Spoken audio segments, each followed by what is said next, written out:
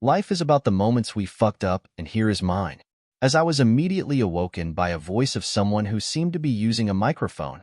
So when woke up and found out that the screen behind the speaker was broadcasting my face, and that did nothing but prove that I was panicking. After a few seconds of disorientation and my brain recalibrating, I remembered that today my professor was doing a thesis presentation and the speaker on the stage was him, and it seemed that he was very angry that someone fell asleep in his presentation when respected professors and other people with power in the industry were listening to him. The professor looked at me and I knew that look. It was a look of wanting to humiliate the person who irked or angered him, and damn right I was, because a few seconds later he called me and said, "Sir, since you are capable sleeping, it means that you are knowledgeable about this topic and doesn't need to listen from me. So, why don't you explain this part?" Fuck, that's what I thought. But since I can't escape it, I better try my best and survive. I'm fucked anyway, so what's there to fear?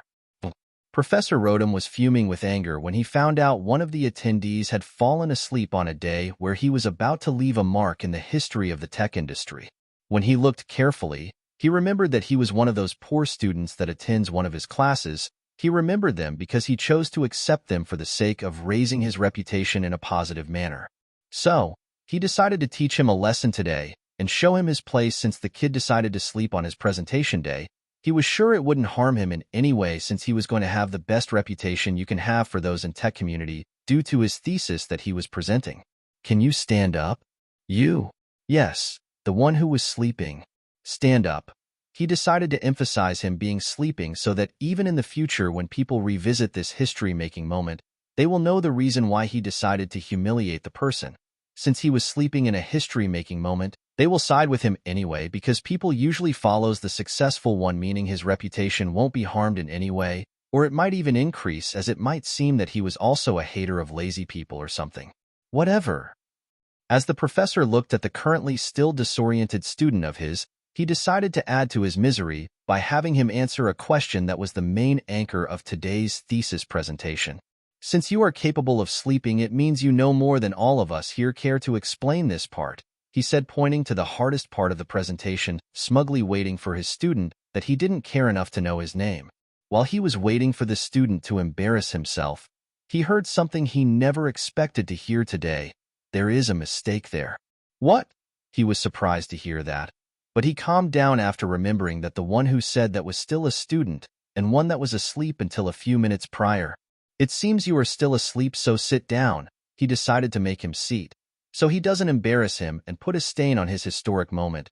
But the student didn't sit and continued talking. "No, sir, there really is a mistake," and continued explaining where the mistakes were. The professor was horrified by the student's explanation, as he sees his reputation falling by the seconds, because the mistake was pretty obvious. But the reason most people missed it was because they didn't expect that obvious mistake from a professor of his reputation. "Take him out," the professor shouted at the security to remove me from the conference. But this did nothing other than cause a commotion in the conference room, as the people didn't expect that the mistake really passed that many people during the review to the point of it being approved for presentation. The reason most of it was missed was because the professor's family was powerful, and when I say powerful, I mean it because the professor's full name is Eli Yehuda Rodham Rothschild, but I didn't know it at that time. Since I haven't come to myself and continued mumbling, as I didn't know that my normal life ended the moment I started talking. My mumbling stopped because I was tackled and carried out by a group of the security guards, and it was at this moment that I knew I fucked up. 2 weeks have passed since that day, and the professor has taken a month leave to recuperate emotionally from stress. But I wasn't allowed any of that, as I was not a professor.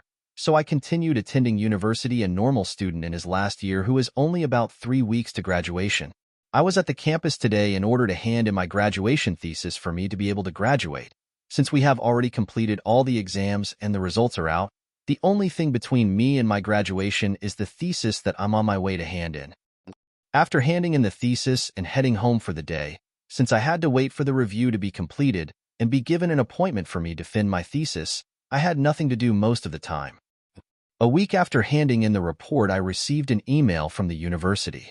At first, I thought it was just an email about the date for my thesis defense, but when I opened, I was met with a surprise I didn't expect at all. It was an email from the subject, disciplinary committee meeting invitation, accusation of thesis theft and plagiarizing.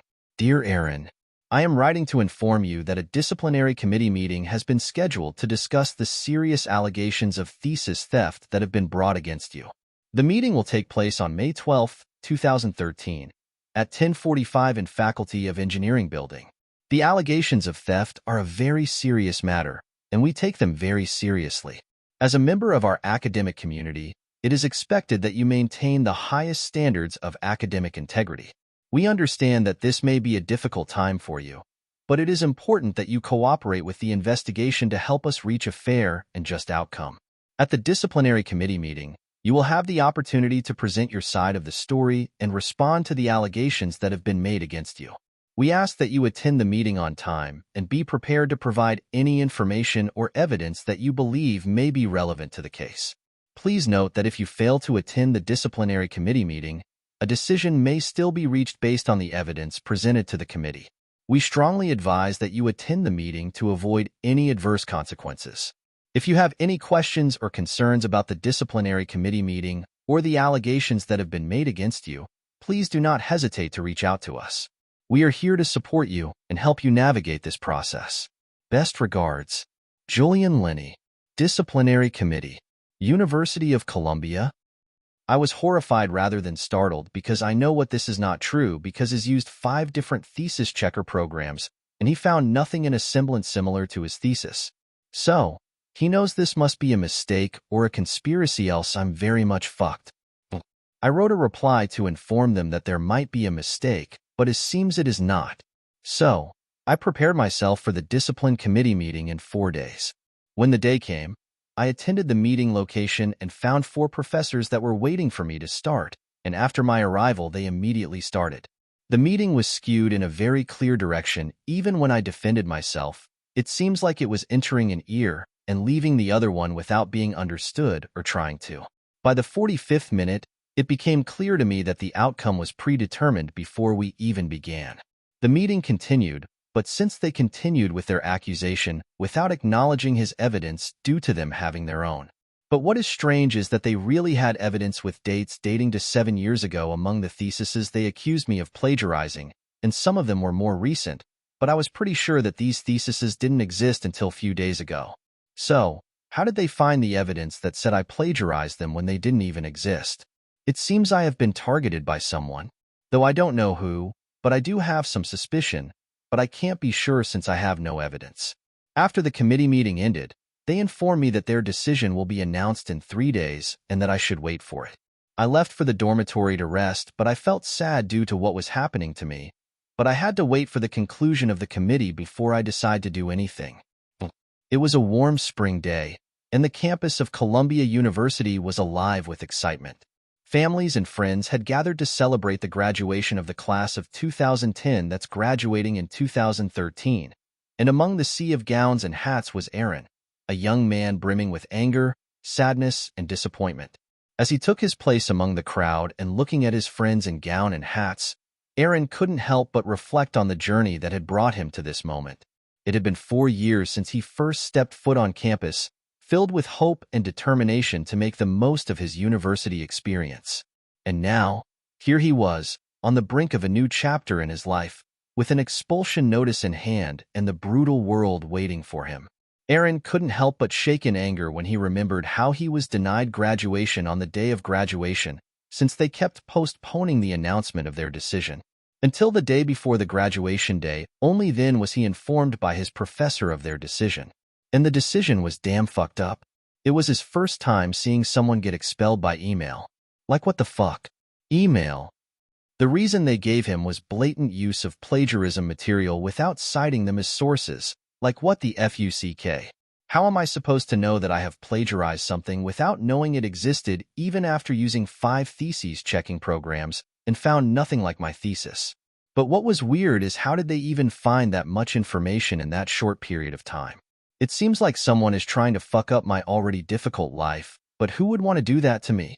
As the graduation ceremony came to a close, Aaron trudged back to his dormitory for the collection of his things. Since he was expelled, he had to leave the school ground within 1 week. Although he repealed their verdict, they denied his appeal and informed him that he wasn't going to be allowed to repeal again due to the conclusive evidence they had. So, He shouldn't waste their time and begin preparing himself and leave the campus grounds before he was forced out of it. With his heart heavy with disappointment and frustration, he left the university all alone since he lost almost all his friends after the accusation was announced. His two remaining friends couldn't see him because they had to attend the mandatory meeting for graduates. The rest of his friends abandoned him the moment the information was leaked, which was weird in itself. When he arrived at his home, he found his parents waiting for him, waiting to hear about the full story from him with details since they only heard the short side of it. But as soon as they saw the expression on his face, they knew that it was going to take a very long time to listen to the whole story. Tears streaming down his face, Aaron told his parents about what had happened in excruciating detail about what happened. He explained how he had been denied graduation by the university and then expelled from the university for something he didn't even do. Although his parents have heard the short form of the story, but his parents still listened in focus and utter disbelief, unable to comprehend how their son could have been treated so unjustly. After they completed listening to his explanation, despite the sadness and anger they felt for their son's sake, they asked, "So what do you plan to do now?" Aaron sighed and answered, "I really don't know where to start really, as I can't appeal it again in the university. The only way for me to be able to do anything other than suing them, but I know that we can't really afford it." His parents felt embarrassed when they heard that but couldn't refute him because it was mostly true. But they knew that he wasn't saying this to shame them or anything, but to only inform them that his only path was also closed due to their financial situation. "So, I have to start looking for a part-time job since I don't have a diploma and most of the jobs I could have in my field need it," answered Aaron, looking like he has given up the idea of trying to return to university. "Also, I most likely won't have the job, because for some reason it has been leaked out that I have plagiarized my thesis, so I have a negative reputation in the industry," answered Aaron, while trying to prevent himself to curse in front of his parents and his little brother, who was oblivious of what was happening. Aaron's parents were hardworking individuals who had sacrificed a lot to give their son the best education possible. However, despite their best efforts, they were struggling to make ends meet, and they simply didn't have the financial means to help their son with his legal battle. Aaron's mind was about to be overwhelmed from guilt after he saw his parents saddened for him, but just as he was about to console them and ensure them that this isn't much of a problem, he heard a notification on his phone informing him that he received an email. So he opened to read it, and oh God, he almost had a heart attack because, "Dear Aaron, I regret to inform you that as a result of your expulsion from Columbia University in your final year, you are required to repay the scholarship funds you have received. We understand that this is a difficult and challenging situation, but it is a necessary step in order to maintain the integrity of our scholarship program. We have determined that the total amount of your scholarship funds that were dispersed for the academic year will need to be repaid in full. We understand that this may create a financial burden for you, and we want to work with you to find a repayment plan that is feasible and manageable for your circumstances. Please contact our office as soon as possible to discuss repayment options and to begin the process of returning the scholarship funds. We will work with you to make this process as smooth and efficient as possible. If you have any questions or concerns, please don't hesitate to reach out to us. We are here to support you and help you through this difficult time. Sincerely, Stephen Brock, Scholarship Program Coordinator." His parents were scared when they saw his face pale. "Aaron, what wrong?" asked his mother. Aaron couldn't hear her as his brain was doing the calculation of the amount of money he was supported in the 4 years he received the scholarship. The estimated cost of attendance for undergraduate students in academic year, which includes tuition, fees, room and board, books, and other expenses, was approximately $61,500 per year. This means that he had to pay the minimum of total of $246,000 more or less for a 4-year undergraduate degree. He almost fainted when he completed his calculations. It was only stopped when his father shook him to remove him from his almost fainted situation. Aaron was grateful to them for this, but he knew he was fucked up for the next few years to come until he repaid everything. But when they asked him to show them, he didn't do that since they might die from heart attack. Their current financial situation couldn't add department payment, or they might just have to file for bankruptcy. So, he only told them that the email was about the confirmation of his expulsion, that's why he became paler, and that nothing else was wrong. They knew he was lying or not telling the whole truth, but they didn't insist on it and left him since they knew that he was currently very stressed, and there is no need to pile on top of it. While Aaron was sleeping soundly, if you could count sleeping by using sleeping pills as soundly, Aaron was sound asleep in his bed, exhausted from the emotional turmoil of the past few hours. Also, the humongous department that was dropped on him while he was still stressed. I mean, you can't just recover immediately when you are suddenly $250,000 in department without a warning. For the current Aaron, life was really stressful. He really wished he could rewind time and change whatever was causing this. That was if he knew what caused it, but he will find it, and when he finds it, he will... A strange object suddenly appeared in the space. It hovers a little bit before being pulled to Earth by gravity and fell into the atmosphere. To everyone's amazement, if anyone was capable of seeing it, it didn't cause any ripple when it was falling that distance, but since it was small, and its terminal velocity was low, that wasn't really surprising. It passed right through buildings and trees as if they didn't exist, before finally landing directly on Aaron's head and passed through it, but it didn't appear on his chin or anywhere, as currently it was assimilating with his brain and synchronizing with it. The assimilation was going on without problem when Aaron awoke with a start, but fainted immediately. The strange object that had fallen from the sky had somehow forced him to continue with his sleep, as it continued merging with his brain and assimilating with it. While the assimilation was going on, some part of the object was mixing with the nervous system, some parts were mixed with bone marrow, some parts were also mixed with almost all parts of his body. But almost half of it remained on his brain, covering almost all of it while mimicking the function of the location it was assimilating. Ding! System assimilating. 10%, 30%, 50%, 99%. The voice was sent to his brain, but he couldn't hear it because he was forced into the coma for his sake, or he would have felt excruciating pain to want death to himself or the world. 99.9999999 9%, 100%. When the number reached 100, the movement of all parts of the object in his body stopped making any movements as they continued acting the same as the location they were currently residing. System assimilation completed. This also was sent to him, but he didn't hear it too. Examining and analyzing host's body. Analysis compelled. Examining and analyzing host's existing environment. Analysis compul latetitet. Error R. Magic energy existence confirmed. P-alpha alpha no. 1. SOM user's body and similar current existing life in planet not evolved for magic use.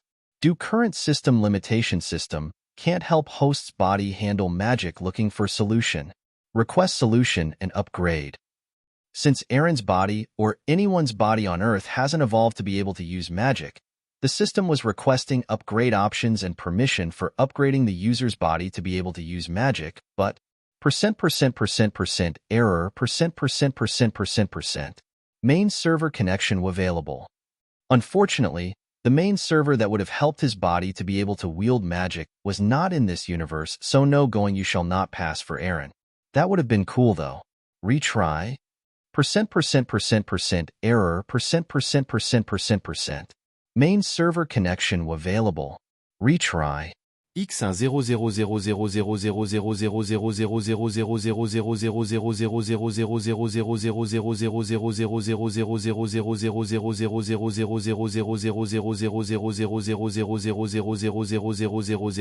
T MES requested.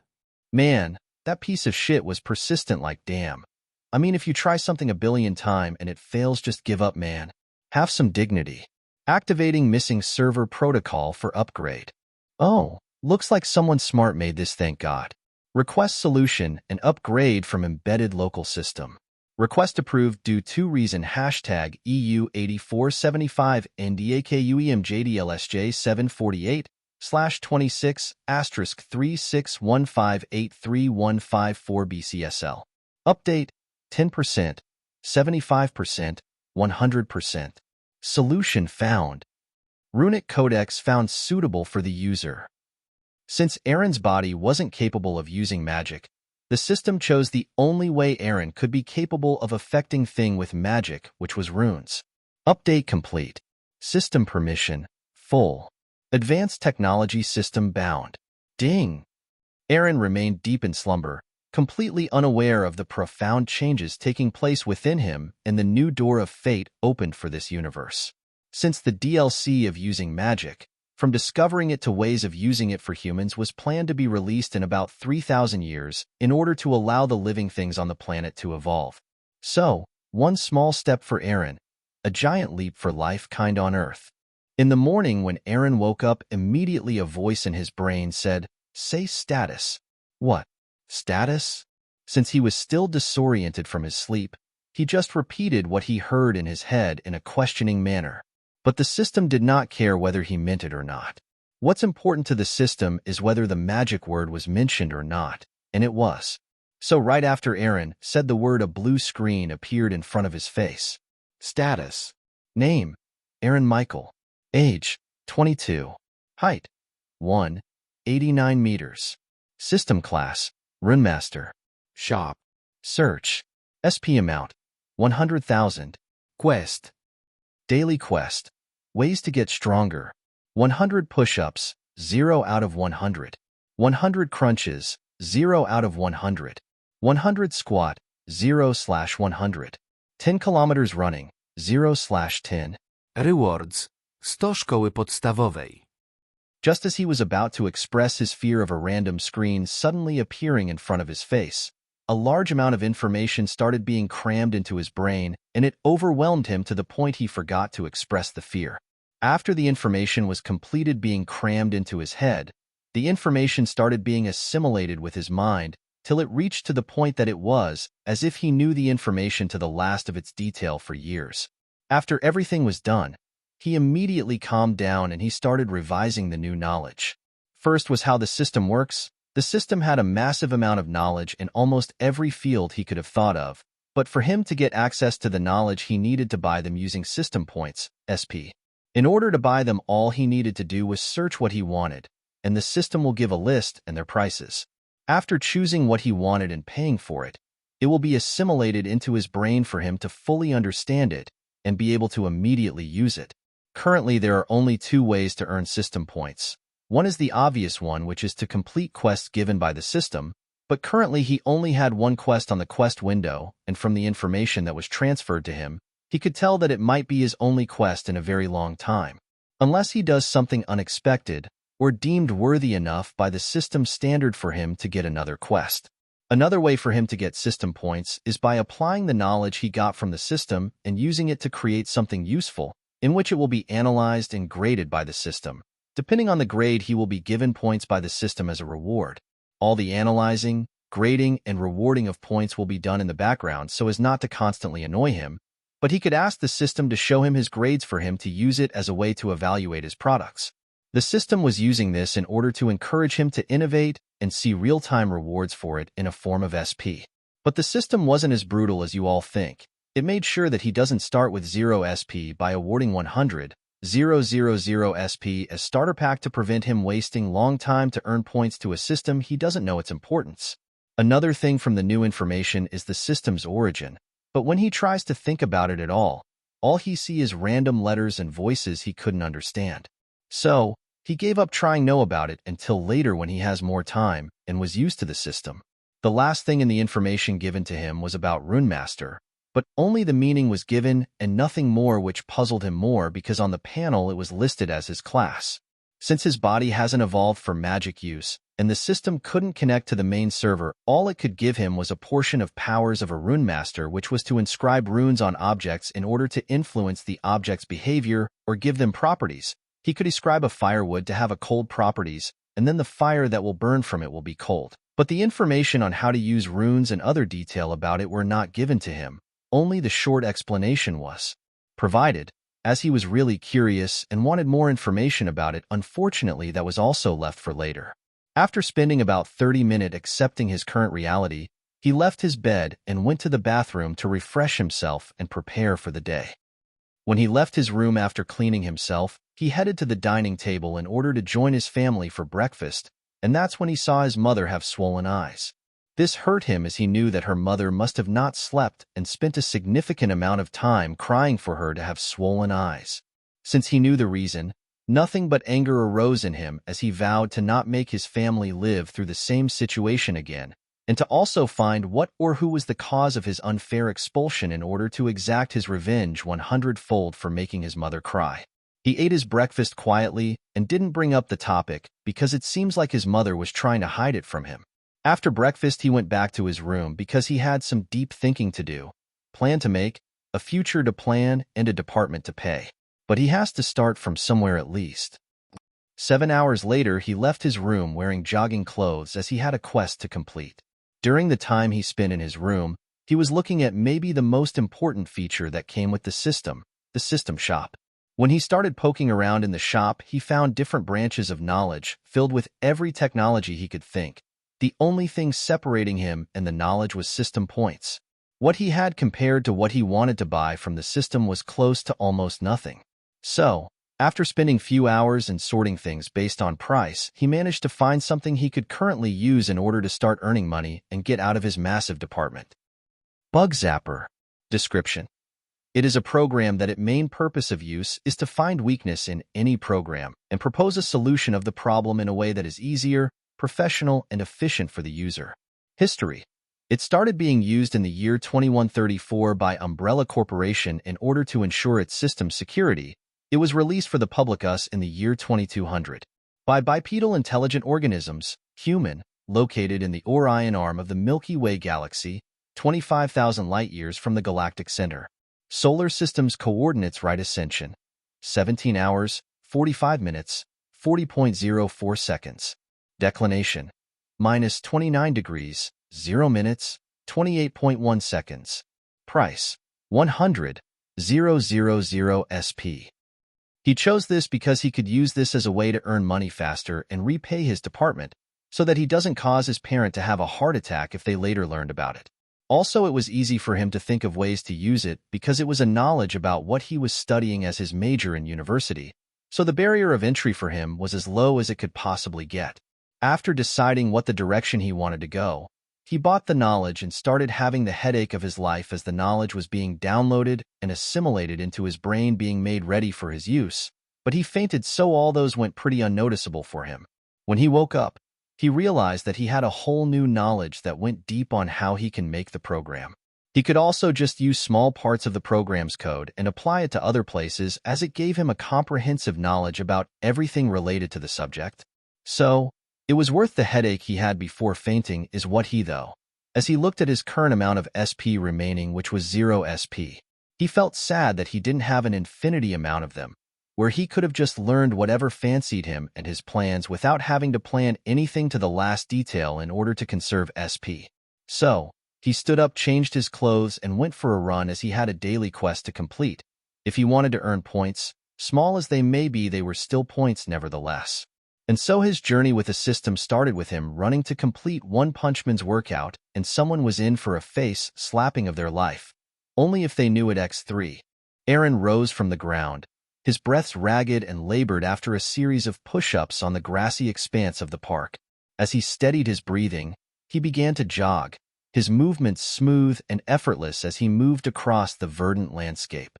With each stride, he felt his muscles come to life, his feet pounding the soft earth with a steady rhythm. The morning sun shining down on him, casting long shadows as he ran through the open spaces, his senses alive to the sights and sounds around him. Despite the challenge of the workout he had just completed, the figure pressed on, pushing himself harder and harder with each passing moment. His breathing grew deeper and more measured, his body working in perfect harmony as he ran with the power and grace of an athlete in his prime. This continued until a screen appeared in front of him. That's when he knew that his training has came to an end. Ding! Quest complete. Reward 100 SP. After taking a few deep breaths, he looked at his current SP numbers that showed that he only had managed to get 400 SP. Knowing that even the cheapest thing on the system shop costs about 85,000 SP. That means he will be running for a very long time, or he needs to use the system-taught knowledge very well to compensate for the little points he gets from the daily quest. When he returned home, he found his mother watching TV. "Are you done with your exercise?" asked Aaron's mother while fiddling with the remote. "Yeah, Today took longer than usual because I rested halfway through my jogging. Not that I'm against it, but why did you start doing these exercises? I needed to do something to vent out my stress, or I might go crazy by overthinking. That's why I chose to start doing exercise, because when I'm tired I can't think complicated topics, so it saves me from some depressing thoughts, answered Aaron half of the truth, and not telling the other half as that was because it was a quest. Okay, you know that you can confide in me, right? Said Aaron's mother softly to show that she really cares about his son. Of course, Mom. I know that, smiled Aaron, knowing that he has a place to depend and a family to depend on. And this is the last bump he needed to make him decide to begin with his first step on his long journey for his and his family's better future.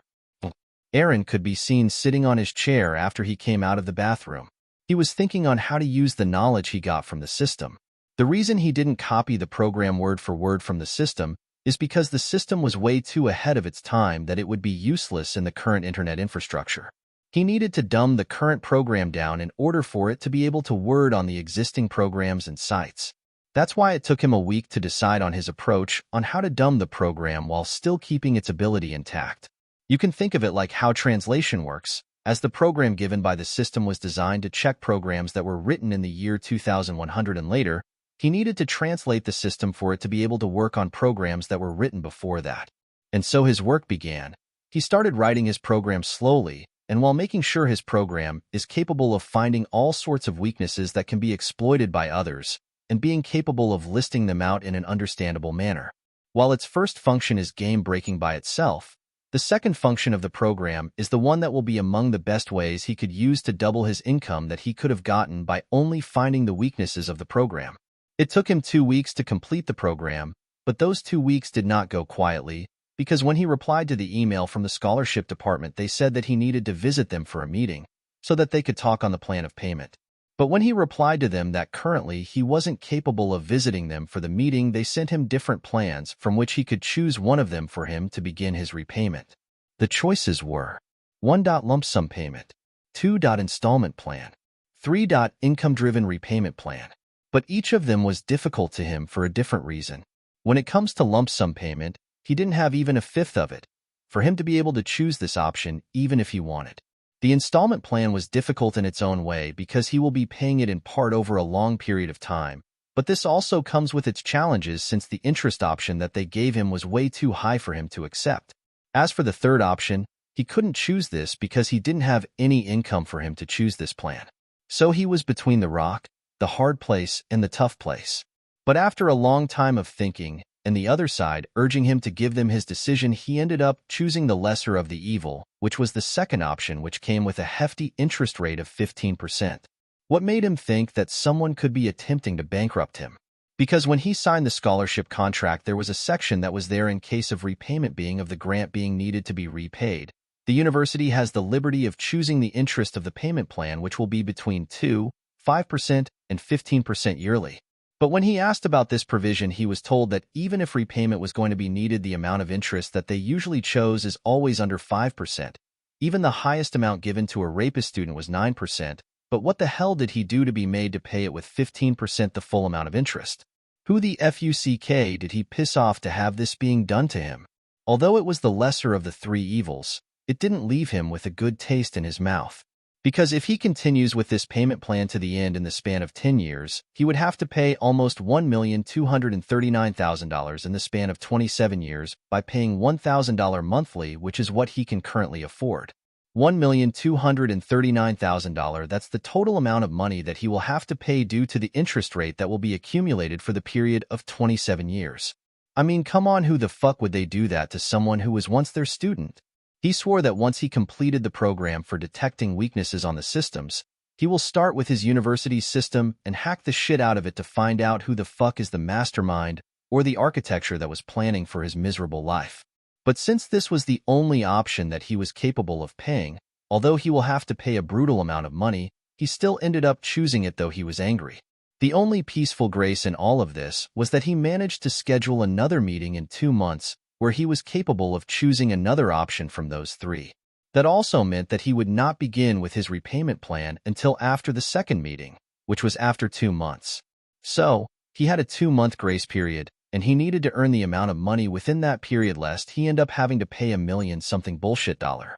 That's why the moment he finished making the weakness-finding program, Bug Zapper, he kept his promise and tested it on his university system. The program started testing every exploit that could be used to break the university system's defenses, and the firewall was like tofu. It was like it did not exist at all. While the university has invested a huge amount of money for the security of their system, in the eyes of Aaron's program, it looked like a kid fighting against a tank. It ripped through it, detailing every weakness and how it could be exploited to a level even a beginner programmer could exploit the system. When the 7th hour passed since the system started going through the university system, it was still going on, listing more and more vulnerabilities. There are a few reasons why it is taking a very long time to complete. The first is because my computer was cheap, as my family couldn't afford a more expensive one without leaving a hole in our finances. Currently, my cheap computer is capable of cooking an omelet from the heat. I had to make an impromptu cooling system by using a home fan. The second is because the program was done in the year 2100s. That means it had a compile list of weaknesses from years before and after that, but because during that time these weaknesses were known by almost everyone, so they were removed during the development phase. But since he is years before that in this universe, that means most of them have not been even discovered. That means the program was finding buttload amount of them. That is also the reason it was cooking his computer. On the 3rd day after the system started scanning the university system weaknesses, it completed its job and started writing the complete report on how they could be used to exploit the system and how to solve them. But since inefficiencies in the system were also considered to be the system's weaknesses, it also listed them and how to solve them. This gave him hope on how he could use the program to also optimize other people's programs for money.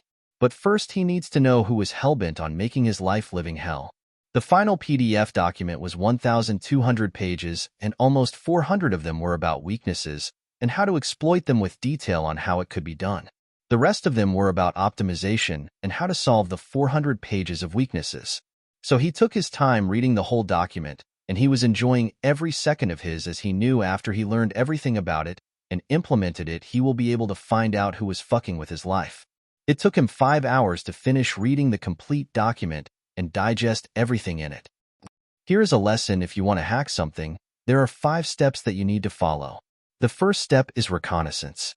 In this step, all you do is collect information about the target. It may include identifying the target, finding out the target's IP address range, network, DNS records. The second step is scanning. This phase includes the usage of tools like dialers, port scanners, network mappers, sweepers, and vulnerability scanners to scan data. The third step is gaining access. In this phase, the hacker designs the blueprint of the network of the target with the help of data collected during Phase 1 and Phase 2. The hacker has finished enumerating and scanning the network and now decides that they have some options to gain access to the network. The fourth step is maintaining access. Once a hacker has gained access, they want to keep that access for future exploitation and attacks. Once the hacker owns the system, they can use it as a base to launch additional attacks. The fifth and last step is clearing tracks. Once access is gained and privileges have been escalated, the hacker seeks to cover their tracks. This includes clearing out sent emails, clearing server logs, temp files, etc. The hacker will also look for indications of the email provider alerting the user or possible unauthorized logins under their account. But since Aaron's program has done most of the parts, he only needs to do one step, the third step. As for the 4 and 5 steps, he doesn't need to do them because the way he is going to gain the access will not leave behind any traces. This was the best attack his program used among many others when it was testing the university system's weakness. Aaron could be seen sitting down in front of his computer shaking from anger.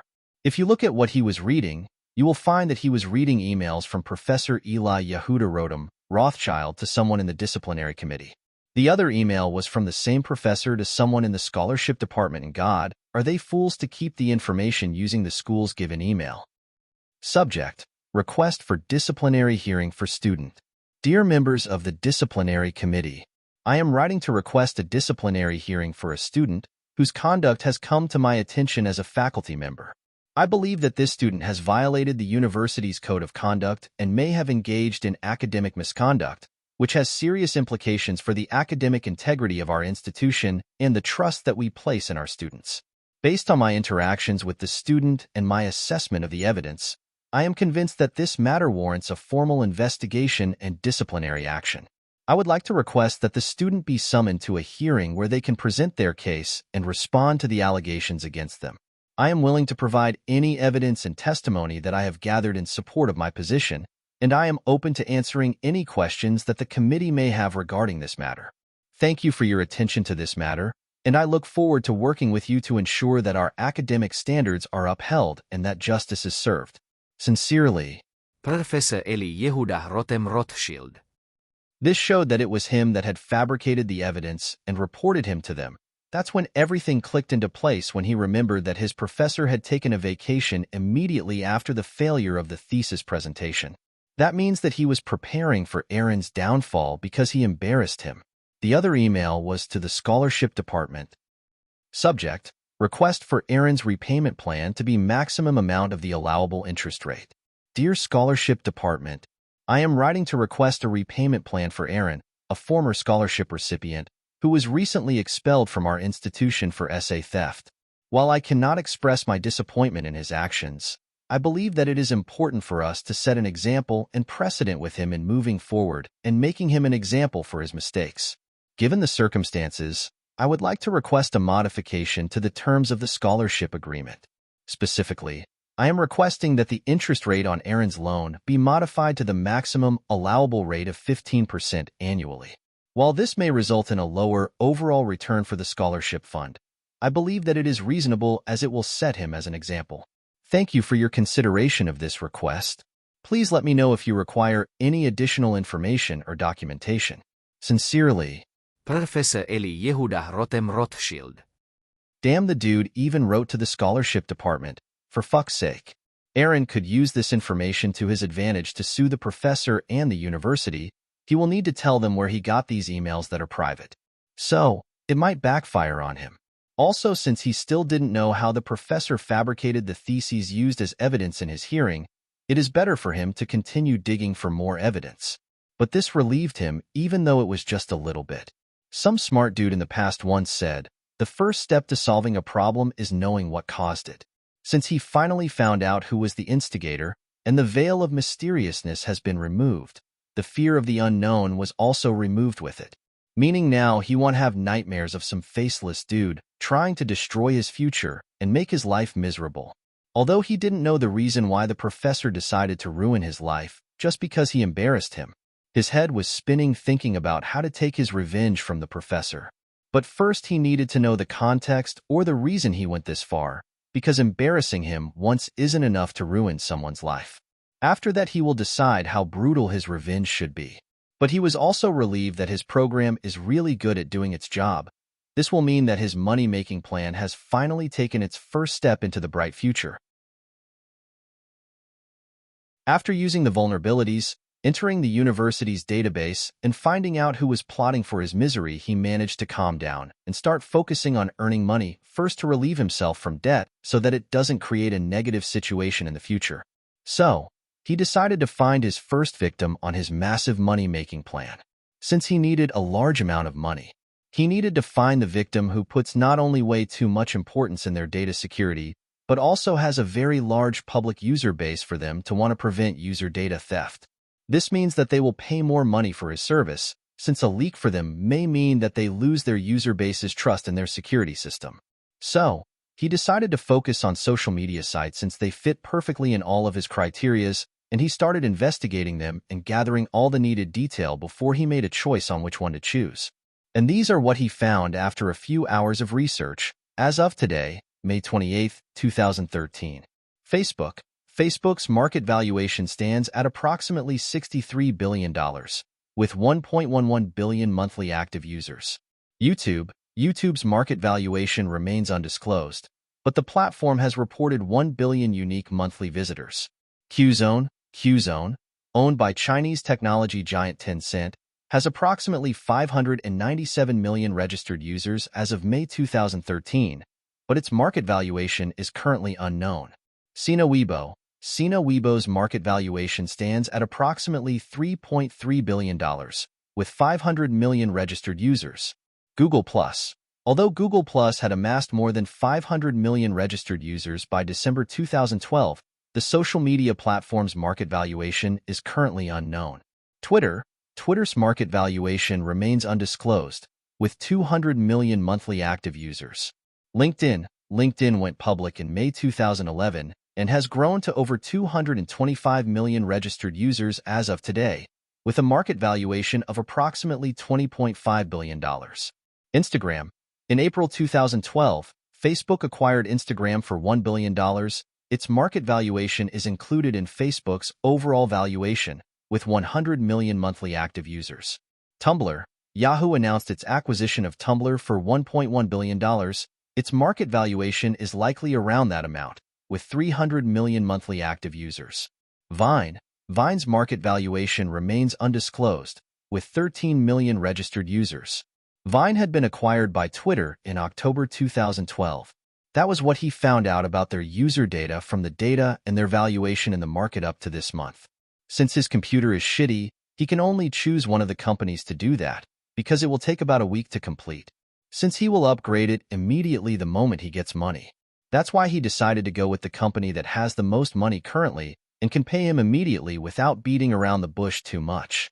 So, he chose Facebook. As they have the most amount of users and the highest valuation among them, they must value their lead and don't want a scandal that can make their competitors catch to them happen in a year after they have gone public, since if it happens they might lose their lead and the shareholders meeting will be a funny one to attend.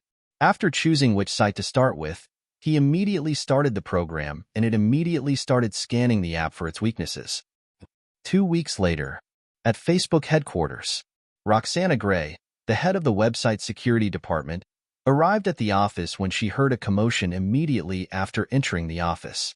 The moment she opened the door, everyone turned at her, and one of them asked her, "Ma'am, why aren't you answering your phone?"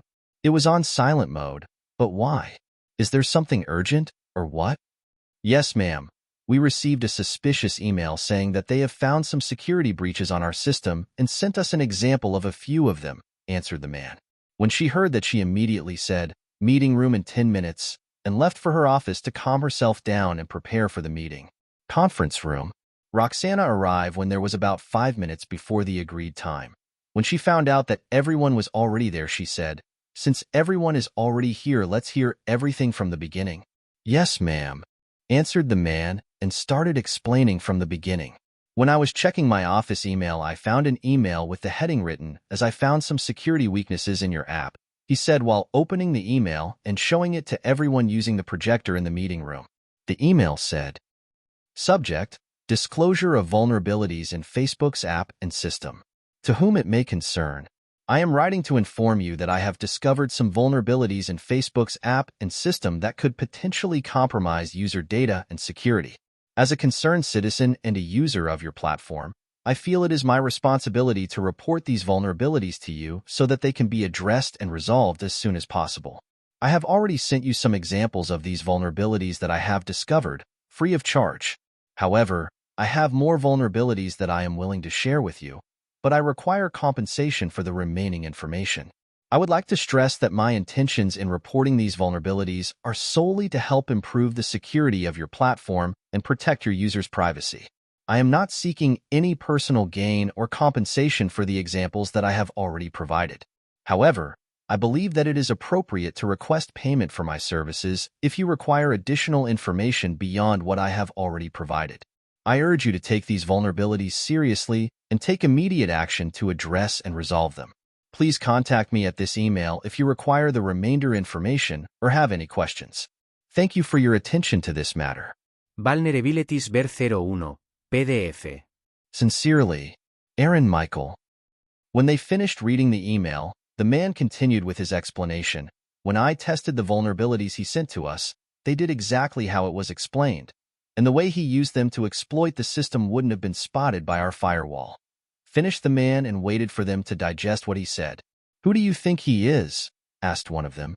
"That's not important right now," said Roxana, disappointed with whoever said this. "What's important is to patch this security hole and contact him and set a meeting with him. The sooner the better." They discussed a little bit more and ended the meeting, heading back to their workbench to fix the vulnerabilities Aaron had sent them. while also contacting Aaron to arrange a meeting with him in a few days. When Aaron received their reply, he was relieved that they took his email seriously, else he would have something that would attract their attention, as he didn't want to wait for another 2 weeks to find the vulnerabilities of another social media company's system. After a back and forth between him and Facebook, they agreed to a meeting in their office, while he will be on an all-expense-paid trip for a meeting with them next week, since they expected his visit to last more than 3 days, due to payments negotiation that will also be taking place on their meeting. After agreeing to their meeting plan, Aaron took out his cell phone and called one of his few remaining friends, Felix, who was a law student specializing technology-related legal issues.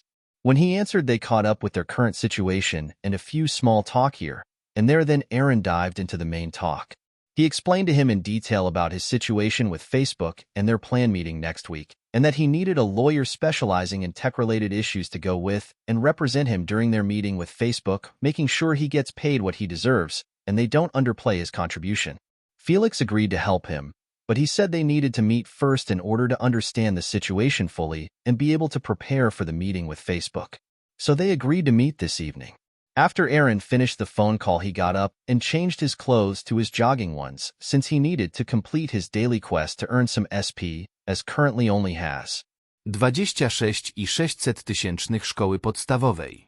Normally he should have only about 600 SP, but since he managed to use the knowledge given by the system, he earned 10,000 SP when he completed the bug zapper. He got a grade of F-, because he downgraded the system for it to work in this time, and the system interpreted it as him not using the program to its fullest potential.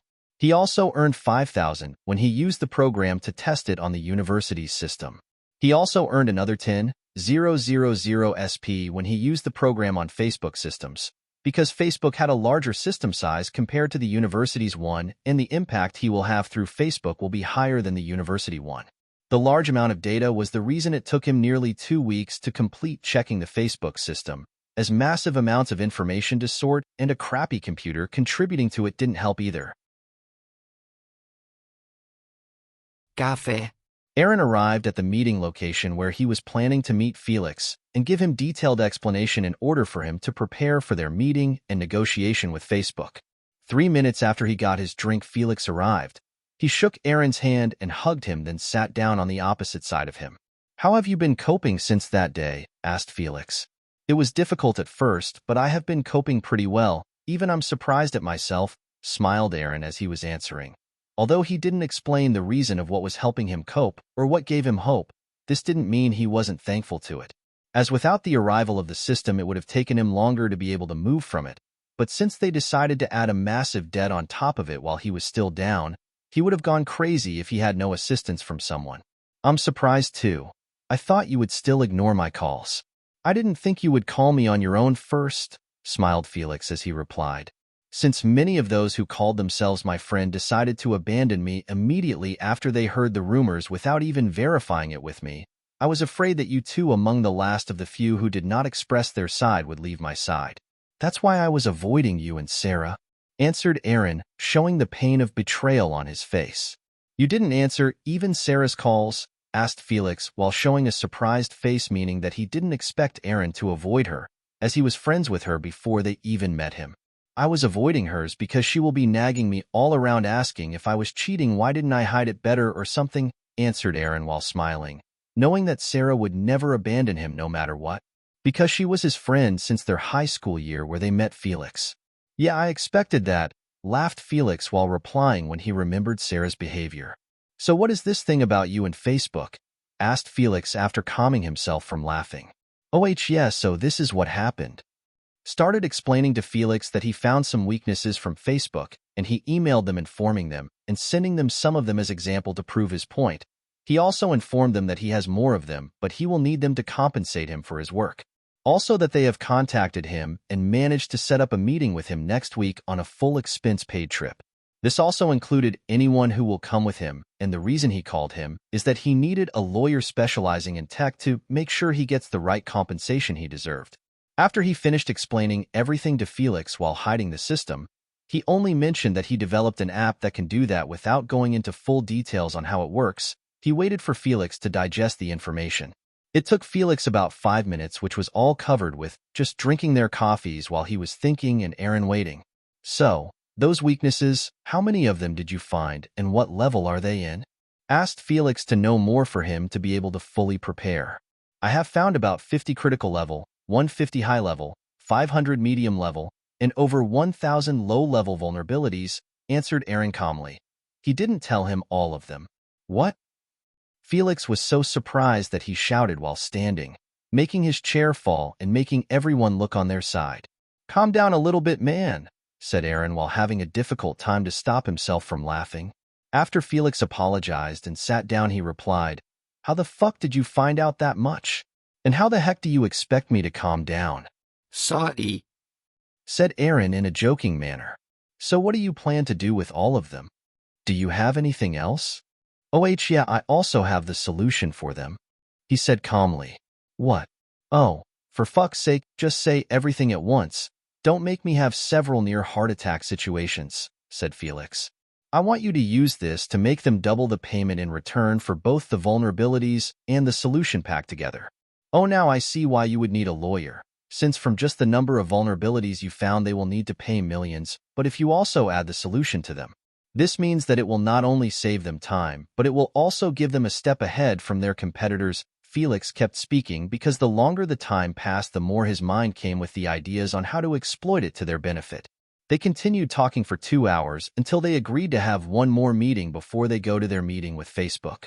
But he decided to call Sarah on his way home, because the longer he postponed it, the longer the nagging he will have to deal with. Aaron dialed Sarah's number nervously, expecting her not to pick it in a fit of anger, but she picked up and answered the phone, but still with a hint of anger in her voice. Hello, who is this? She said, acting as if she didn't know her. Aaron replied, Hi Sarah, it's Aaron. I know you know it's me, and I wanted to apologize for not answering your call. When I got dismissed from the university, I was really struggling to cope with the situation, and I ended up not answering anyone's calls. I'm really sorry for not being there for you when you needed me. He continued, I also wanted to mention that I lost many friends during that time. It was really tough to deal with, especially because they didn't even try to verify what was going on before abandoning me. Now that I've had some time to think about it, I realized that ghosting you and everyone else was a real dick move. I'm sorry for hurting you, and I hope you can forgive me. Sarah was initially taken aback by Aaron's apology, as he expected him to reply to the banter as he usually did when he had a problem, but after a moment of silence, she softened. Sorry for answering like that. Also, thank you for apologizing, Aaron. I was really worried about you when you didn't answer my calls, and I had some idea of what was going on, and I didn't know that there would be people who would abandon you. It hurt that you didn't reach out, but I understand that you were going through a really tough time. So how are you coping, and are you fine? Aaron sighed with relief, grateful for Sarah's understanding. I really appreciate your kindness, Sarah.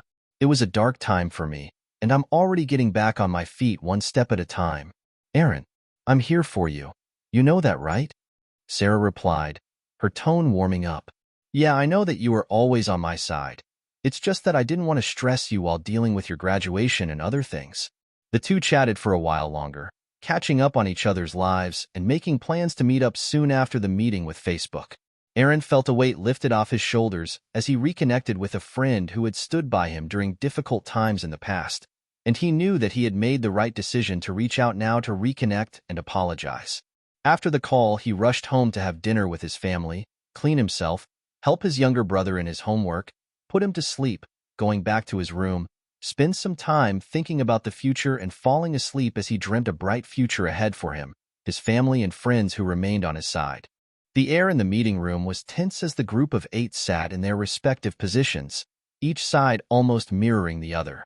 On one side of the long conference table sat Aaron, his friend and lawyer Felix, and a laptop in front of him displaying a folder labeled Sensitive Information on the screen, with a USB flash drive inserted in the computer. On the other side sat 6 individuals, including Roxanne, head of security at Facebook, and 5 other people, 3 of whom were lawyers, and 2 from the Facebook site security department. Aaron fidgeted in his seat, his eyes darting nervously from the screen to the faces of the people sitting across from him, as both sides prepared to engage in a high-stakes discussion and negotiation. The sound of shuffling papers and clearing throats broke the silence as the meeting began, and Aaron braced himself for what was to come. He took a deep breath, steadying himself as he prepared to share his findings with the group. It was going to be a long day. This is going to take a long time, Aaron sighed while focusing on presenting them an example, and after the payment agreement he will give them the rest.